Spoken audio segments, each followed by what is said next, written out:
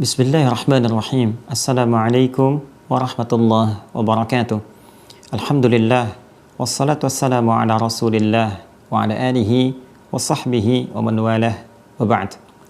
Saudara-saudariku sebangsa, setanah air dimanapun Anda berada, setiap warga negara sudah tentu memiliki kewajiban untuk mencintai dan memakmurkan negara yang menjadi tempat bernaungnya.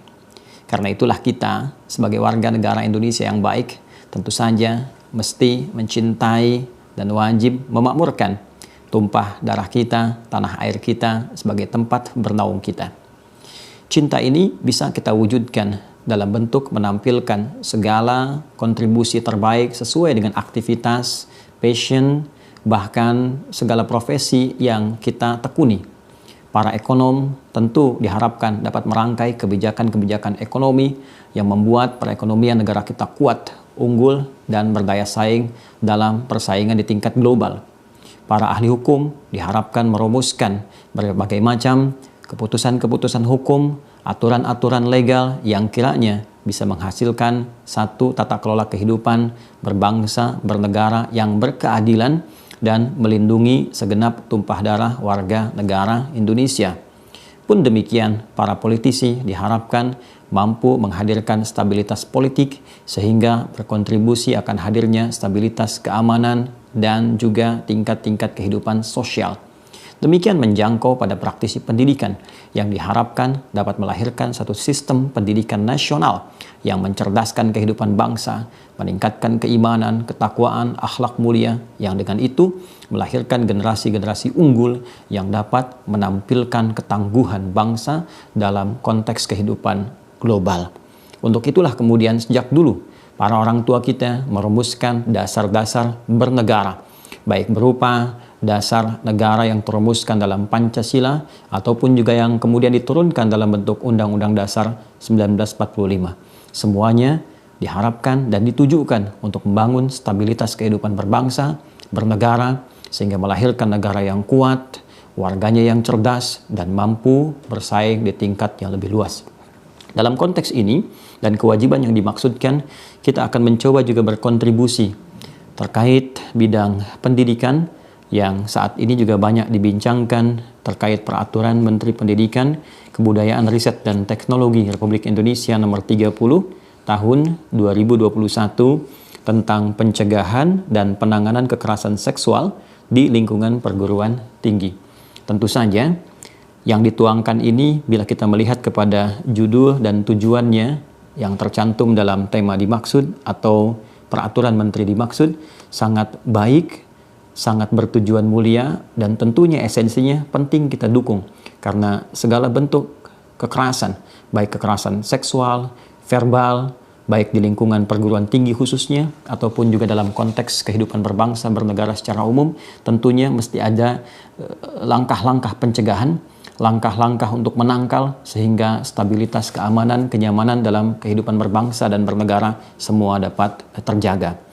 Nah, yang ingin kita gali dan kita bahas adalah terkait dengan poin-poin di pasal-pasal tertentu yang boleh jadi bisa kita jadikan sebagai masukan-masukan dalam upaya kita memaksimalkan dan mengimplementasikan amanat undang-undang yang mencakup bagi seluruh warga negara.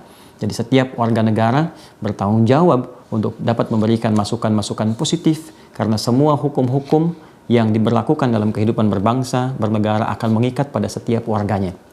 Di pasal 31 Undang-Undang Dasar 1945 yang telah mengalami 4 kali amandemen, di ayat yang ketiganya jelas mengamanahkan kepada pemerintah. Pemerintah mengusahakan satu sistem pendidikan nasional yang meningkatkan keimanan dan ketakwaan serta akhlak mulia dalam rangka mencerdaskan kehidupan bangsa yang diatur dengan undang-undang. Jadi jelas, tujuan utama dibuatnya satu sistem pendidikan nasional, tujuan utamanya adalah meningkatkan keimanan. Kedua, kemudian ketakwaan. Ketiga, kemudian akhlak mulia. Keempat, mencerdaskan kehidupan bangsa. Dan 4 poin ini diatur oleh undang-undang. Jadi semua yang terkait dengan aspek 4 poin ini, khususnya yang memiliki profesi-profesi terkait dengan aspek ini, wajib memberikan kontribusi. ya, yang terkait dengan mencerdaskan kehidupan bangsa, maka orang-orang cerdas, pakar-pakar bidang pendidikan wajib memberikan kontribusi, baik di lingkungan kementerian sendiri atau di luar pemerintahan, di luar lingkungan kementerian. Berikan satu usulan-usulan yang positif, yang bagus, sistem pendidikan yang baik, sehingga nanti muncul juga undang-undang tentang Sisdiknas gitu kan. Nah, lalu juga yang terkait dengan bidang ketakwaan, keimanan, akhlak mulia. Ini menunjukkan bahwa pentingnya peran-peran para ustadz, para ulama bagi kalangan umat Islam. Di luar Islam tentunya nanti mungkin ada juga pendeta, ya, ada juga kalangan di pemuka agama yang lainnya yang boleh jadi memberikan masukan-masukan positif sesuai dengan keyakinan-keyakinan serta agama yang diakui oleh Negara Kesatuan Republik Indonesia. Dalam konteks ini, umat Islam juga terpanggil, para ustadz, para ulamanya, untuk bisa memberikan masukan positif pada sistem pendidikan nasional, khususnya yang terkait dengan peningkatan serta penjagaan ya, keimanan, ketakwaan, juga akhlak mulia. Di konteks inilah kemudian ya, terikat satu dasar negara yang kuat, ya, yang menjadikan gerak langkah kehidupan berbangsa bernegara kita selalu akan diisi oleh nilai-nilai ini, yaitu nilai spiritual, ketuhanan yang Maha Esa, bahkan menjadi dasar negara di pasal 29 ayat 1, negara berdasar atas ketuhanan yang Maha Esa. Karena itu, walaupun negara kita bukan negara agama, tapi negara ini menjalankan fungsi berbangsa dan bernegaranya sesuai dengan nilai-nilai keagamaan. Ya, dan tidak bisa berlepas dari itu. Ya, karena itulah keputusan-keputusan menteri, bahkan presiden sekalipun, itu selalu diawali dengan nilai-nilai keagamaan. Ya, dengan rahmat Tuhan yang Maha Esa.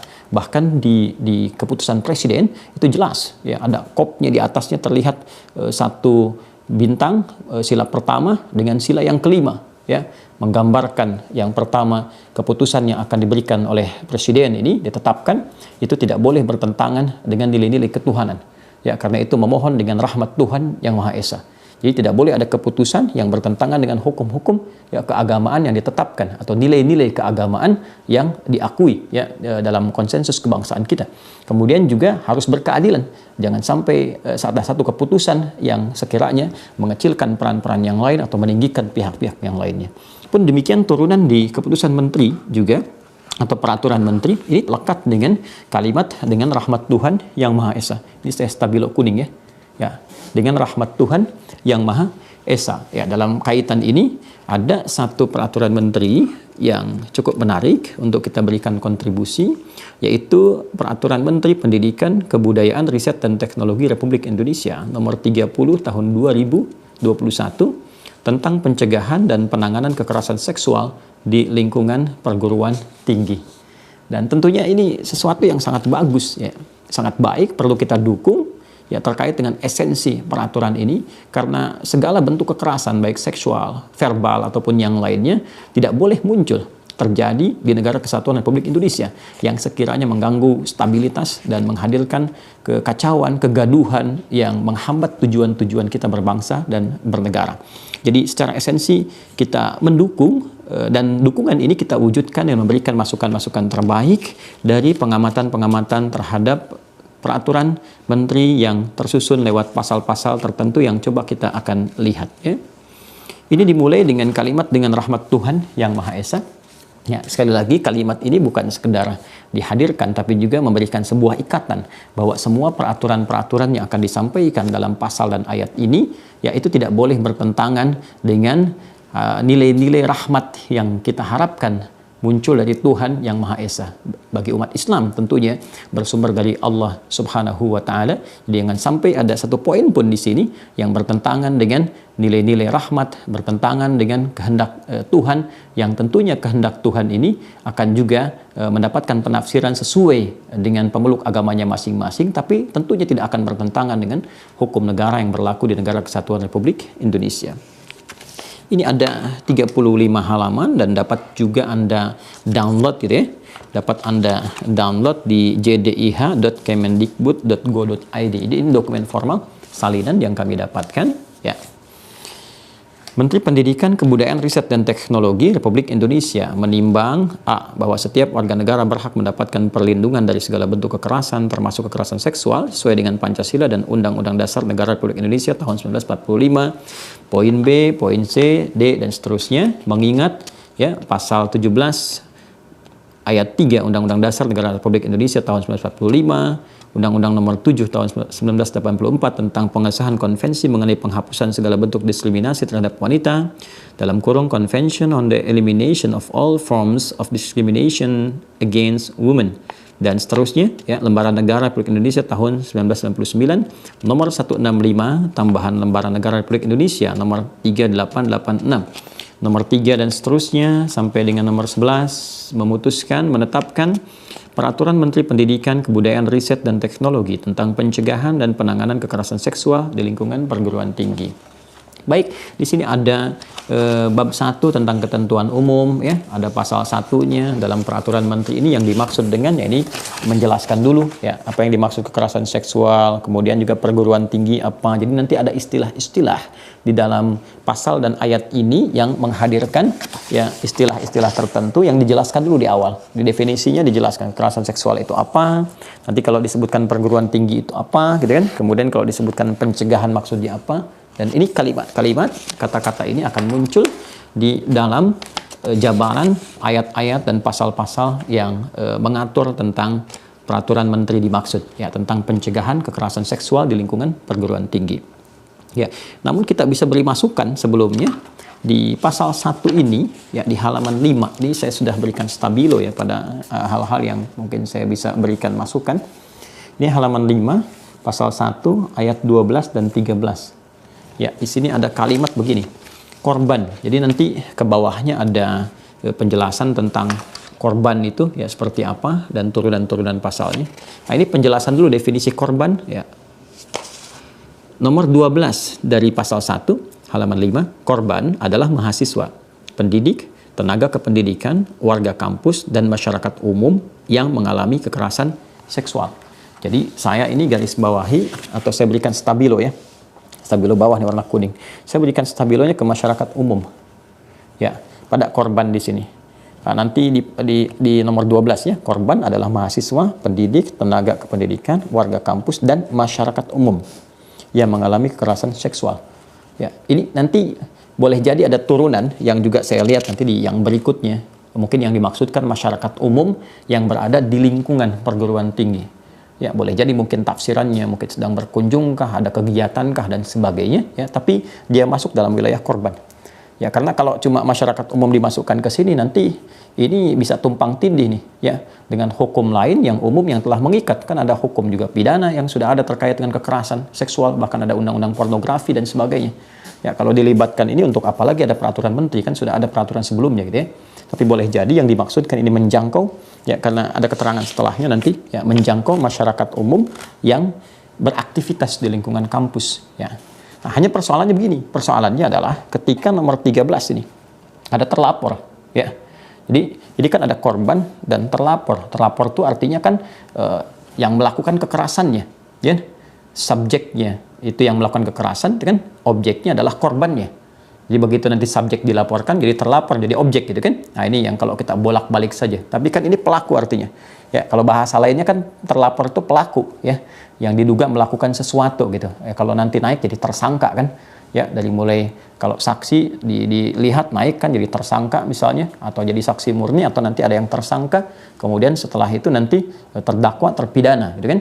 Nah, ini persoalannya korban di sini dengan pelaku. Ya, diduga pelaku, jadi terlapor bahasa halusnya adalah mahasiswa, pendidik, tenaga kependidikan, warga kampus dan masyarakat umum yang diduga melakukan kekerasan seksual terhadap korban. Nah, ini yang jadi masalah nih. Ya, jadi kan terlapor ini di sini, ya, atau pelaku ini dikaitkan dengan yang nomor 12-nya yang diduga melakukan kekerasan seksual terhadap korban. Kalau kita ambil skemanya, misal, ya, pendidik dengan mahasiswa, oke, ya kan? Kemudian misalnya warga kampus nih, ya, warga kampus kan masih umum tuh. Warga kampus itu bisa berarti juga mahasiswanya warga kampus juga, ya kan? Kemudian juga kan kita sebut sivitas akademika, gitu kan? Ya, misalnya tenaga pendidik, ada di sini pekerja yang ada di kampus dan sebagainya, itu masuk warga kampus, ya kan? Nah, hanya persoalannya gini, ini kan 13 dengan 12, ini memiliki satu keterikatan, ya. Jadi satu hubungan, ya, sebab akibat kausalitas nih, yang ini korban, yang ini pelaku. Jadi kalau kita gabungkan, bikin sebuah simulasi, di sini mahasiswa dengan mahasiswa, oke. Mahasiswa dengan pendidik, oke. Masyarakat umum dengan mahasiswa, oke. Artinya masuk peraturan ini. Tapi kalau kita lihat masyarakat umum dengan masyarakat umum, ini nggak masuk dalam ranah ini. Ya, karena di sini dikatakan begini, ya, dan masyarakat umum yang diduga melakukan kekerasan seksual terhadap korban, sedangkan korbannya di atas nomor 12 ini masuk masyarakat umum juga. Jadi kalau masyarakat umum dengan masyarakat umum melakukan tindakan kekerasan seksual, ya kan, ini kan bukan ranah yang berada di peraturan kampus, gitu ya, peraturan hukum yang berlaku di kampus. Nah, saya nggak tahu kalau ada pengunjung dengan pengunjung, ya, ke kampus, bukan warga kampus, dia berkunjung ke kampus lalu melakukan kekerasan seksual, ya, terhadap sesama pengunjung. Ya, pertanyaan saya, apakah kena dengan undang-undang ini atau enggak? Ya, kena dengan peraturan menteri ini atau enggak? Ya, ini bukan undang-undang, ini peraturan menteri. Ya, kena dengan peraturannya atau enggak? Ya, kalau yang dimaksudkan demikian, ya silahkan. Ini hanya mempertanyakan saja supaya memperjelas apakah tidak harus dibatasi dengan warga kampus saja, saya kan, ya, atau sebaliknya. Nah, ini skema yang mungkin kita coba sampaikan untuk bisa difikirkan bagaimana redaksi yang baik sehingga cakupan dari peraturan ini bisa diimplementasikan dengan baik ketika kita tidak mengharapkan terjadi misalnya di lingkungan atau sebagai langkah antisipasi. Ya, jadi pertanyaan dasarnya, kalau masyarakat umum dan masyarakat umum sama-sama masyarakat umum, bukan warga kampus, bukan pendidik, bukan mahasiswa, bukan tenaga juga ahli pendidik, tiba-tiba melakukan kekerasan seksual di lingkungan kampus. Ya, atau sengaja ada yang menarik ke kampus dan sebagainya, tindakan-tindakan yang buruk misalnya, apakah itu terkena dengan hukum ini atau hukum pidana umum atau undang-undang pornografi? Ya, kalau sudah terkena dengan pidana yang umum dengan undang-undang pornografi, ya tentunya tidak diperlukan di peraturan menteri. Ya, ini satu, gitu ya. Kemudian ini yang menariknya kan ada pasal 2 poin B untuk menumbuhkan kehidupan kampus yang manusiawi, bermartabat, setara, inklusif, kolaboratif, serta tanpa kekerasan di antara mahasiswa, pendidik, tenaga kependidikan, dan warga kampus di perguruan tinggi. Jadi ya, ini kan tujuan dari peraturan menteri ini. Ya, peraturan menteri ini bertujuan, poin B-nya pasal 2 poin B. Ya, di sini nggak disebutkan lagi masyarakat umumnya, tapi sudah masuk kepada warga kampus di perguruan tinggi. Ya, ini barangkali difikirkan yang tadi itu sehingga bisa mencakup kepada sistem yang spesifik berlaku di lingkungan perguruan tinggi serta tidak berbenturan dengan hukum-hukum umum yang memang sudah ditetapkan dalam tata kelola kehidupan berbangsa bernegara. Ya, baik itu di hukum pidana, ya misalnya yang terkait dengan kekerasan ataupun spesifik di undang-undang pornografi dan turunan-turunan lainnya. Kemudian, nah di halaman 6 ini kan disebutkan yang tadi saya sampaikan pasal keempat ini. Sasaran pencegahan dan penanganan kekerasan seksual meliputi A. mahasiswa, B. pendidik, C. tenaga kependidikan, D. warga kampus, dan E. masyarakat umum yang berinteraksi dengan mahasiswa. Baik, pendidik dan tenaga kependidikan dalam pelaksanaan tridharma. Jadi jelas, di poin E ini yang dimaksud masyarakat umum, interaksinya itu dengan warga kampus atau mahasiswa atau tenaga pendidik. Jadi bukan masyarakat umum dengan masyarakat umum. Tapi yang menjadi soal di pasal 1, poin 12 dan 13 tadi, antara terlapor dengan korbannya itu ada peluang masyarakat umum dengan masyarakat umum. Jadi terjadi interaksi di sini, ya. Pemahaman interaksi antara masyarakat umum dengan masyarakat umum. Karena terlapornya disebutkan di sini juga masyarakat umum yang diduga melakukan kekerasan seksual terhadap korban. Sementara di nomor 12 korbannya disebutkan masyarakat umum juga di sini masuk. Nah, ini coba menyusunnya seperti apa sehingga tidak ada nanti peluang tafsir atau celah yang barangkali mereduksi nilai-nilai yang telah diharapkan di pasal 4 pasal 4 nomor E dan bertabrakan dengan hukum-hukum yang sudah ada. Ini pandangan ya yang kira-kira bisa difikirkan gitu. Kalau dikira mungkin bukan itu dan ada penafsiran lain yang lebih kuat, itu tidak ada masalah gitu ya. Nah, kemudian ini yang paling krusial dan banyak sekali diberikan masukan ya sampai dengan saat ini dari berbagai pihak, itu pasal 5 ya, pasal 5. Nah, ini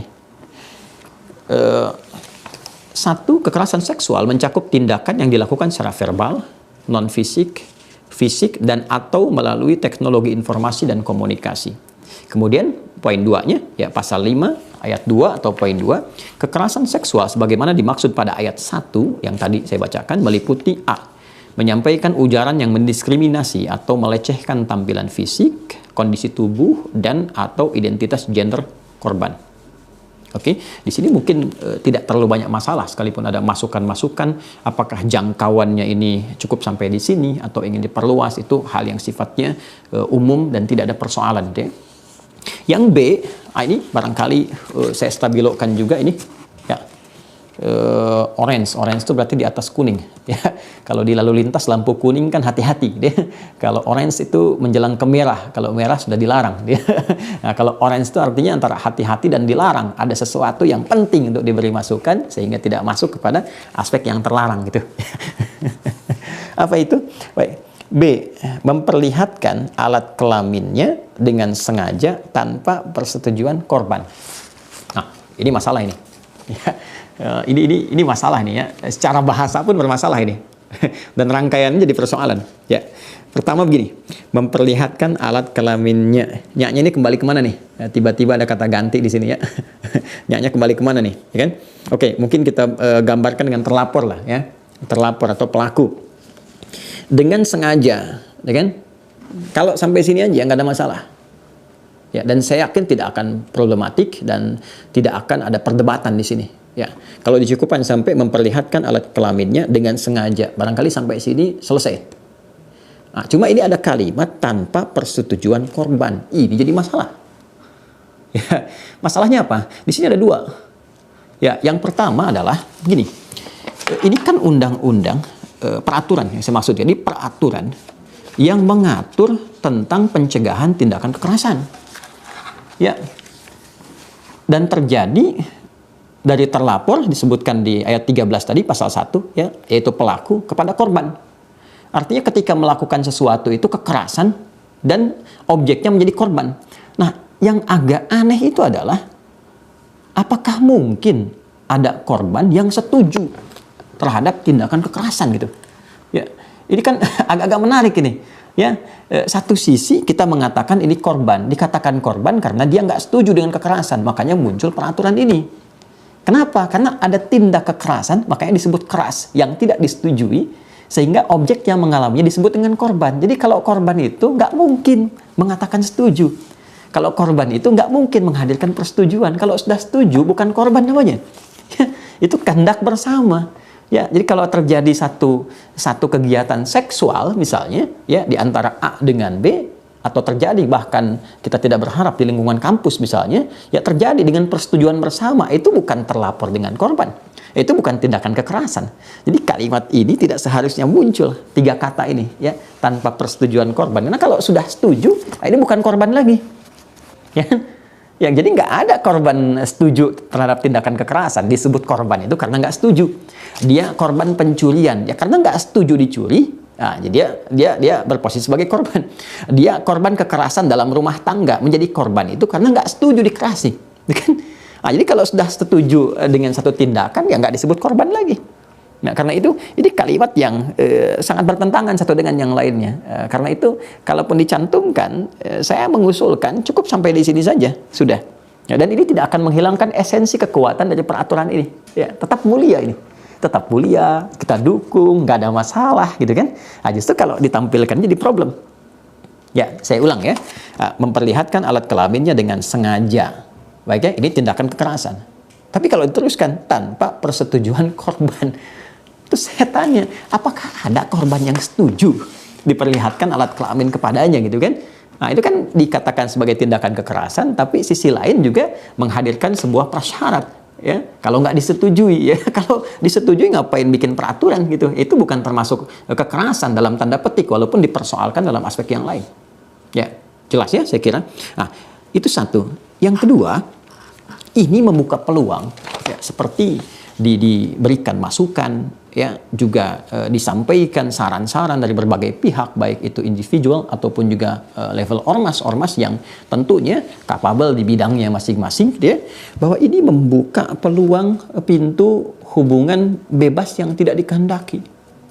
Ya, dalam bahasa agama disebut zina, ya kan? Di Islam ada konsepsi yang mengatur tentang zina, ya, yaitu larangan yang sangat ketat, ya, dilarang dan juga berkonsekuensi tinggi. Ya, di Kristen juga ada larangan zina, ya, kalau kita kembali melihat kepada tuntunan-tuntunan kitabnya masing-masing, dan tentunya di agama-agama lain pun ada mengatur tentang itu. Ya, itu bahasa agama gitu kan. Dalam bahasa kita ini bisa terjadi peluang pergaulan bebas yang juga bertentangan nanti dengan undang-undang yang lain, ya, undang-undang perzinaan, ya, terkait dengan perzinaan, ada pornografi dan lain sebagainya, yang mengikat hal itu bila terjadi hal-hal yang tidak diinginkan atau bahkan terpublikasikan, ya. Nah, ini persoalan serius. Ya, jadi kalau ada kalimat ini tanpa persetujuan korban dimasukkan, sekarang pertanyaan dibalik. Kalau saling setuju bagaimana? Nah, itu masuk peraturan ini nggak? Ya, misal ada hubungan antara tenaga pendidik dengan mahasiswa atau mahasiswi. Terus keduanya saling setuju. Nah, saya ingin bertanya, apakah ini masuk dalam kekerasan seksual yang diatur oleh peraturan menteri ini atau tidak?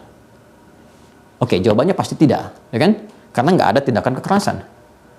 Tidak masuk dalam peraturan ini. Nah, kalau tidak masuk dalam peraturan ini, artinya jangan ada peluang-peluang dibuka mengantarkan kepada hukum-hukum lain yang akan memberikan sebuah timbangan hukum dan penilaian hukum pada peristiwa itu. Ya. Nah, hukum ini tidak mengatur hubungan suka antar suka, ya, suka dan suka, ya kan, antar dua belah pihak, ya kan. Jadi tidak mengatur hukum itu, hanya mengatur kekerasan seksual. Tapi kalau ini membuka hubungan suka satu dengan yang lainnya, ya, antar satu dengan yang lain, baik mahasiswa dengan misalnya tenaga pendidik, ataupun juga antar tenaga pendidik atau antar warga kampus, ya, suka satu sama lain, jadi persoalan. Ya. Jadi ini tidak mengatur hubungan suka sama suka, tapi mengantarkan, terkesan mengantarkan itu menjadi sebuah kebolehan. Walaupun Anda bisa berkata, ini kami tidak bermaksud begini, ini nanti bisa ditangani oleh hukum yang lain. Tapi kalimat ini memberi peluang. Ya, tanpa persetujuan korban. Artinya kalau apa namanya, korbannya setuju dan itu bukan korban, masalah yang pertama jadi persoalan. Ya. Dan ini ternyata bukan di ayat B saja. Nah, ayat F, G, H, ya, kemudian juga ada I, M, dan juga J kalau kita pahami lebih jauh, ya. Nah, ini lebih menarik lagi nih, ya. Saya bacakan yang F misalnya, ini saya buletin semua nih. Nah, saya buletin tuh, ya. Nah, contoh begini, mengambil F, ya, poin F, mengambil, merekam dan atau mengedarkan foto dan atau rekaman audio dan atau visual korban yang bernuansa seksual tanpa persetujuan korban. Oh, ini saya nggak bisa paham ini, nggak bisa paham. Pertama disebut korban, ya. Yang kedua ada syarat tanpa persetujuan korban. Ya, gimana bisa jadi korban kalau dia setuju? Dia kan bukan korban namanya. Ya, kalau ada orang yang setuju dia diambil, direkam, diedarkan fotonya, audionya, atau visualnya, dia setuju, berarti kan bukan korban. Anda mengatakan di sini pertama, ya, dia sebagai korban, mengambil, merekam, dan atau mengedarkan foto dan atau rekaman audio dan atau visual korban yang bernuansa seksual. Sampai sini dia jadi korban.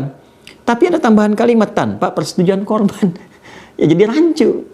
Jadi bias kalimat sebelumnya. Jadi kalau ada tambahan kata yang 3 kata ini, jadi lantas apa makna kalimat sebelumnya? Kan jadi persoalan. Ya? Yang kedua, ini pun membuka pintu nanti. Oh, berarti kalau setuju nggak masuk nih pada peraturan menteri ini. Ya. Nah, jadi saya nggak bisa membayangkan, ya, kalau di kampus misalnya, ya, ada satu warga kampus oknum yang menyebarkan satu rekaman seksual, video misalnya, atau visual atau audio macam-macam, ya, tiba-tiba dia sebarkan tuh, ya, terus Anda mau menuntut dengan peraturan ini, mau dihukum, lalu dia mengatakan, ini kan persetujuan dia, ini kan persetujuan korban, tuh di peraturannya dikatakan begini, ya, tanpa persetujuan korban, tapi kan dianya setuju, saya setuju, dia setuju, Bapak mau apa, Ibu mau apa? Terus nanti disoal dengan undang-undang lain. Ini dibenturkan, akhirnya terjadi benturan antar undang-undang. Peraturan menteri nanti, ya, berbenturan dengan undang-undang pornografi. Ini berbenturan dengan undang-undang pidana yang lainnya. Saya nggak bisa membayangkan kalau terjadi perdebatan nanti di majelis hakim ketika satu disoal, datang kemudian ke majelis sidang, ditanya oleh hakimnya, apakah Anda sadar bahwa Anda menyebarkan, merekam ini, ya, masuk undang-undang pornografi, ya. Tapi kan Pak, itu dibolehkan oleh peraturan menteri.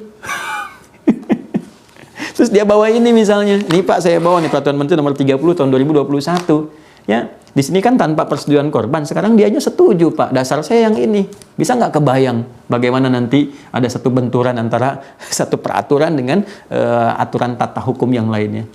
Nah, ini baru 2 nih. Kalau saya teruskan lebih dahsyat lagi, mengunggah foto tubuh dan atau informasi pribadi korban yang bernuansa seksual tanpa persetujuan korban. Terus kalau korbannya setuju bagaimana? Nah, sampai ke bawah ini masih banyak. Nih, yang paling agak saya nggak masuk akal tuh ini, yang poin M, membuka pakaian korban tanpa persetujuan korban. Terus kalau korbannya setuju, pertama apakah masih jadi korban? Ya, yang kedua, kalau korbannya setuju, apakah masuk tindakan kekerasan seksual? Maka kalau ini dibaca oleh warga kampus yang punya niat yang kurang baik sebagai oknum misalnya, ini bisa jadi satu sandaran.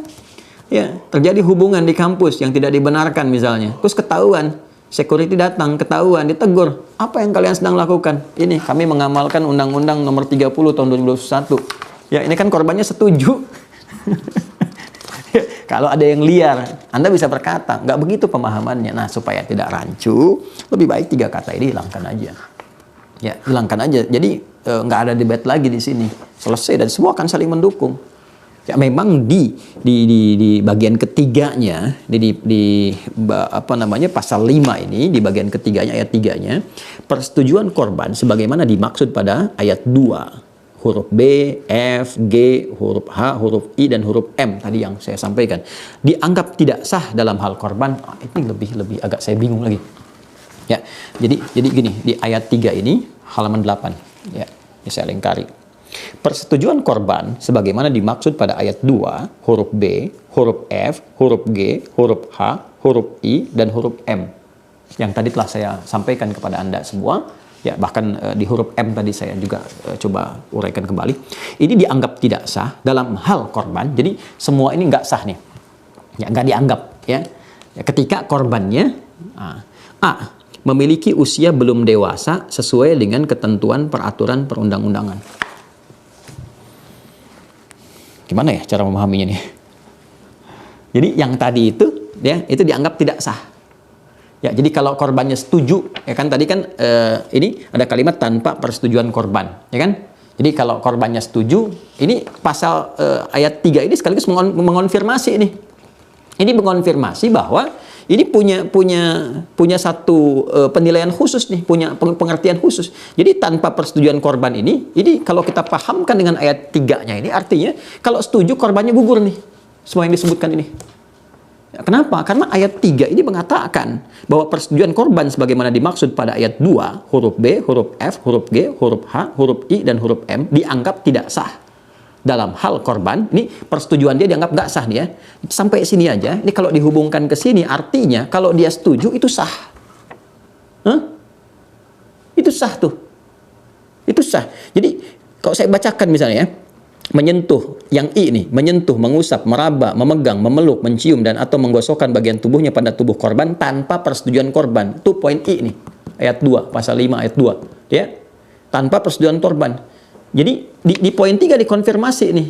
Ini dianggap tidak sah kalau korbannya sebagai berikut. Artinya apa? Kalau korbannya nggak memenuhi A sampai G di ayat 3 di pasal 5, itu dianggap sah. Jadi itu bukan ditafsirkan sebuah kekerasan. Jadi Anda nggak bisa mengatakan kalau ini nggak membuka pintu untuk perzinahan atau seks bebas. Anda membuka ini dengan kalimat ini. Sebab Anda katakan di sini dianggap tidak sah dalam hal korban A memiliki usia belum dewasa sesuai dengan ketentuan peraturan perundang-undangan. Nah, jadi kalau korbannya ini belum dewasa, walaupun dia setuju, aku setuju dipegang, aku setuju diraba, itu dianggapnya nggak sah, tetap kekerasan. Sekarang pertanyaan baliknya, kalau dia sudah dewasa, berarti sah. Berarti bukan kekerasan. Kan ambigu pasalnya nih. Ini ada persoalan ini. Ya, dan ini masalah serius. Ya, B, mengalami situasi di mana pelaku mengancam, memaksa, dan atau menyalahgunakan kedudukannya. Aduh, ini susah juga nih. Ini bagaimana cara berpikirnya nih? Ya, jadi kalau pelakunya itu mengancam, memaksa, menyalahgunakan kedudukannya, persetujuan korban itu dianggap tidak sah. Itu kan, itu jelas tindakan kekerasan itu. Ya, jadi kalau dia memaksa, mengancam, jelas kan kekerasan, ya, dipahami dengan sangat mudah kan. Makanya jadi korban. Ya, ketika dia tidak memaksa, cara berpikir terbaliknya. Begitu dia tidak memaksa, tidak mengancam, ya kan? Ya.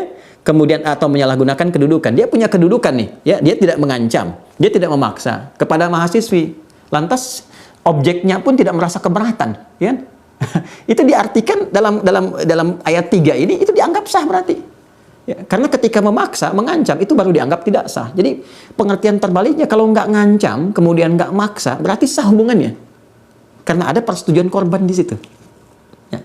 Dan pada saat yang bersamaan, ini jadi dipertanyakan, ini jadi korban atau hubungan suka sama suka?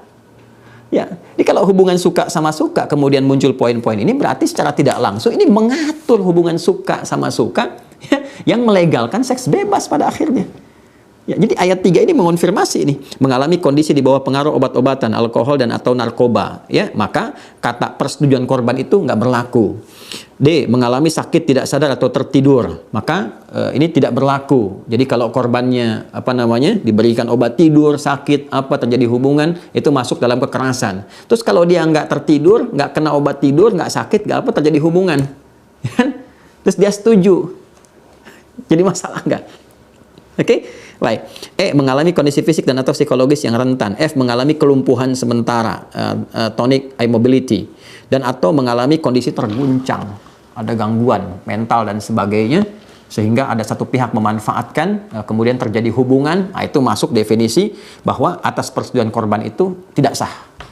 Sekarang pertanyaannya, kalau A sampai G ini, ya, kemudian tidak terpenuhi, misal di poin A ini belum dewasa. Kalau dia dewasa, ya, kemudian dia setuju dengan tindakan yang dilakukan kepadanya, ada yang merayu, mengajak sampai berhubungan seksual, dan dia sudah dewasa. Saya ingin tanya, itu rayuan yang dimaksudkan kekerasan tidak? Ya, masuk nggak ke sini? Nah, ini jadi persoalan. Seharusnya Anda tidak harus menghadirkan kata-kata atas persetujuan korban dan tidak perlu menghadirkan ayat ketiga ini. Nggak perlu ada tafsiran lagi. Sebab tafsiran ini mengonfirmasi bahwa Anda membenarkan hubungan itu terjadi kalau ada persetujuan. Ya, ada persetujuan siapa? Dia pertanyaannya, persetujuan siapa? Ini bukan korban. Kalau setuju itu artinya suka sama suka. Ini bukan korban lagi. Nah, jadi ini mengonfirmasi bahwa ada peluang, ya, jabaran dari pasal dan ayat ini ada peluang penafsiran yang sangat mudah dipahami pengantar kepada hubungan seks bebas. Jadi persoalan ini. Ya, jadi ini barangkali yang kita coba amati sampai sini dulu lah. Ini baru halaman 8. Ya, ini pun halaman 11-nya ini saya coba kasih tanda tanya beberapa ini ya. Ini kan sampai halaman 35 ini. Ya, barangkali yang lain sudah banyak mengkaji, tapi semuanya sepakat pada pasal yang kelima ini bahwa ini ada problem di 3 kata. Ya, 3 kata pada atas persetujuan korban. Karena itu sekali lagi kita sebagai warga negara yang baik tentunya mensupport. Ya, mensupport ini tindakan pencegahan, cekal namanya, cegah tangkal, ya, kekerasan seksual yang terjadi di lingkungan perguruan tinggi. Kita harus dukung, kita harus support ini. Tapi ada bagian-bagian tertentu yang kiranya kita berinisiatif untuk memberikan masukan supaya peraturan menteri ini berjalan dengan baik, dengan sempurna, dan terjadi sinergi antara pembuat peraturan, ya, di level pemerintahan dengan nanti pengamal di lingkungan perguruan tinggi juga kita yang menjadi pembimbing secara tidak langsung. Karena yang jadi persoalan begini, ini tujuan pendidikan di pasal 31 ayat 3 yang tadi saya bacakan itu kan itu meningkatkan keimanan, ketakwaan, akhlak mulia. Nah, kalau ada seks bebas, itu bukan takwa itu. Itu bukan keimanan. Saya tanya di agama manapun ya yang ada di Indonesia, Islam apalagi, kan ada Kristen, kemudian Katolik, kemudian Hindu, Buddha, coba tanyakan. Kalau ada orang berhubungan seks bebas, zina lah dalam bahasa kita di keagamaan, itu ciri dari takwa bukan? Ya, ciri dari implementasi iman bukan? Jadi kalau agama membolehkan hubungan seks bebas di luar aturan yang legal pernikahan, ditanyakan konsepsi keberagamannya. Di konsepsi agama yang dibangunnya dipertanyakan. Ya, terus itu akhlak mulia bukan? Itu sudah jelas bukan akhlak mulia, bukan gambaran dari refleksi keimanan, bukan refleksi ketakwaan. Jadi bertentangan dengan yang lebih kuat lagi. Jadi peraturan ini kalau kita buat, kemudian menjembatani yang terjadi seperti tadi, ini satu sisi mengatur kegiatan kekerasan agar ditangkal, dicegah, sisi lain membuka peluang terjadi perbuatan seks bebas atau perbuatan zina yang bertentangan dengan dasar di Undang-Undang Dasar terkait dengan pendidikan. Khususnya pasal 31 di ayat yang ketiga juga dikuatkan nanti dengan Undang-Undang Sisdiknas yang memang Undang-Undang Sisdiknas itu sistem pendidikan nasional disusun untuk mengimplementasikan nilai-nilai yang terdapat dalam undang-undang. Ya, Jadi pemerintah itu kan mengusahakan dan menyelenggarakan satu sistem pendidikan nasional yang meningkatkan. Ingat, saya kira harus hafal ini ya, di Kemendikbud Dikti, apalagi menterinya dia harus hafal undang-undang itu sehingga menjadi roh, spirit dalam membuat sebuah peraturan. Ya, apalagi di sini dengan rahmat Tuhan yang Maha Esa. Ya, ada rahmat Tuhan ini. Bagaimana Tuhan memberikan rahmat kalau pintu peraturannya ini membuka sebuah hubungan yang tidak legal, yang tidak mendatangkan rahmat Tuhan di dalamnya. Nah, jadi ini masukan mohon berkenan ya, saya tidak mencela, tidak juga menghujat, tidak apapun, tapi mendukung esensi di balik aturan ini dengan memberikan masukan-masukan yang menguatkan. Ya, jadi bukan ingin mengecilkan atau bahkan merendahkan, dan ini menjadikan peraturannya lebih terhormat, lebih terhormat. Jadi saya ucapkan terima kasih banyak ya dengan aturan yang ditampilkan ini, dengan esensi tujuan bahkan yang baik dari segi judulnya, namun dengan segala hormat ya, dengan segala hormat bahwa lebih baik pertama saya mengusulkan coba diundang ya, diundang sisi-sisi yang lain ya, diundang aspek eksternal dari ormaskah itu, dari pakar-pakar pendidikan, kan, individu-individu yang concern di bidang pendidikan, praktisi-praktisi untuk memberikan masukan pada aspek yang penting ini, bahkan dari kampus, para rektor dan sebagainya, sehingga bukan hanya asas keterbukaan, manfaatnya akan lebih luas di sini. Ya, dan saya kira juga di sini ada peran dari sisi keagamaan, karena itu Menteri Agama ya atau Kemenak ini juga punya peran ini, harus melihat. Ya, ini Menag, Menteri Agama harus membantu Mendristek Dikti ini ya untuk bisa menghadirkan peraturan yang mengimplementasikan nilai undang-undang, karena ini dibawa nilai-nilai agama di sini, dan ini tanggung jawab juga dari Menteri Agama untuk menjamin pendidikan itu meningkat imannya, meningkat takwanya, ya, menampilkan akhlak mulianya. Jadi mungkin bisa saja begini, ya, Kemenak misalnya memfasilitasi itu. Ya, memfasilitasi di kampus-kampus Islam, praktisi pendidikannya, ormas-ormas Islam yang concern dalam penguatan iman, kemudian juga takwa dan akhlak mulia yang terkorelasikan dengan pendidikan. Nanti dari pandangannya dibawa oleh Menak, disampaikan kepada Mendristek Dikti. Oh, ini loh pandangannya loh, ini poin-poin ini mungkin nanti nggak akan selaras dengan tujuan pendidikan kita yang terkorelasikan dengan nilai-nilai keagamaan. Itu lebih hebat lagi. Lebih hebat lagi. Nah, jadi jangan sampai juga Menang hanya mendukung tapi nggak baca, ini jadi persoalan nih. Ya, misalnya saya dukung nih sepenuhnya tapi nggak dibaca isinya, jadi persoalan nih. Ya, dan alangkah baiknya juga kalau Menag mengonsultasikan, misal dengan MUI, kan ada Majelis Ulama Indonesia tuh, dan ada bidang pendidikannya juga kan, ya, di ormas-ormas ada NU, Muhammadiyah, kan, Dewan Dakwah, ada Persis dan sebagainya untuk di Islam. Ya, di non-muslim nanti silahkan dicari lagi ya, yang kira-kira bisa memberikan masukan yang selaras, dan semuanya mohon sekali ditujukan ke penguatan kebangsaan. Jadi niatnya kita perbaiki dulu. Ya, niatnya memperbaiki, sama-sama membangun bangsa. Jadi jangan sampai ada niat menjatuhkan, kan? Jangan sampai ada niat mengecilkan. Kalau niatnya sudah nggak baik, nah nanti juga turunan-turunannya tidak bagus. Jadi ayolah kita semua bangun negeri ini dengan baik ya, membangun bersama, kemudian dihayati lagi dasar-dasar kenegaraannya ya. Saya aja ustadz, alim, ulama gitu kan, tapi saya juga menjiwai nilai-nilai kebangsaan ini. Saya pelajari undang-undang, ya, saya pelajari Pancasila, kesesuaiannya dengan nilai keberagamaan dan sebagainya, supaya kita bisa berkehidupan yang harmoni di negeri yang kita tercinta ini. Jangan sampai terkoyak dengan hal-hal yang tidak kita harapkan ya. Ya, mohon izin saya cukup barangkali lugas menyampaikan ini karena ini terkait dengan aspek masa depan ya untuk anak-anak kita ya, bahkan juga mohon maaf cucu-cucu kita yang mungkin saat kita tinggalkan mereka akan menjadi generasi pembangun dan penguat serta pondasi bangsa ini. Kalau mereka lemah ya kan, dan rusak dan tidak memahami dasar-dasar bernegara, jadi persoalan ke depannya. Saya kira itu. Terima kasih. Mohon maaf kalau ada yang kurang berkenan dari uraian yang saya sampaikan. In uridu ilal islah mastata'tu. Tidak ada niat lain kecuali hanya untuk menampilkan usulan-usulan kebaikan yang kami anggap ini objektif ya, nilai kebenarannya dan juga bisa ditangkap, dirumuskan.